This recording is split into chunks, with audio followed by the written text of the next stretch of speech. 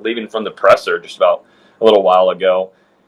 This is the first time I've been able to see Mike since the Boston College game presser. And, I mean, you're not wrong, Dustin, when you were telling us on the show, Mike seems really broke. It seems like completely shot. And it's just a wild feeling to have after the season you had last year and then this year. And, yeah, their record shows 1-7, but just the head coach, just not Mike Norvell, and that's why we've talked about it on the show so many times. It just feels like it's not the same Mike that we've seen in the first 4 years. This fifth year is so different to me. Yeah, you kind of nailed it. It feels a lot different, with the way that he's acting during the game, the way that he's going about it in these post-game press conferences, and the way that he's answering questions after the game. We're used to Mike Norvell being such a polished, such a composed guy, especially in these press conference settings. And after these last couple of losses, it seems like Mike Norvell, he's trying to find the answers himself and, struggling to put words together at times.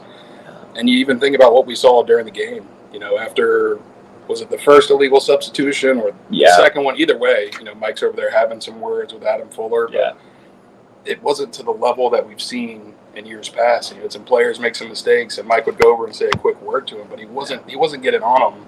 Like we saw in this rivalry game 2 years ago with Deuce Spann. Yeah, we've talked about that moment a lot. At the time, it's 45-7, and Mike is coaching, as hard as he possibly can down to the final second. Mm-hmm. And that fire, that passion, it just seems lacking at some points, and it's really strange. I don't understand it, and that's what I'm trying to figure out. That's why I'm always asking you, asking our guy Tommy here, all of our staff that's on site. I'm like, what? Is there something different that's happening in practice? And And there's not. It feels the same out there on the practice field, but we're having this disconnect on game days. I mean, and if it starts at the top, it's going to trickle down throughout the rest of the coaches, throughout the players, and you're seeing it. I mean, with the penalties, the missed assignments, struggles by the coaching staff as well with some of their decisions and the way they're substituting players. It just feels like everything's not in sync. Mm-mm.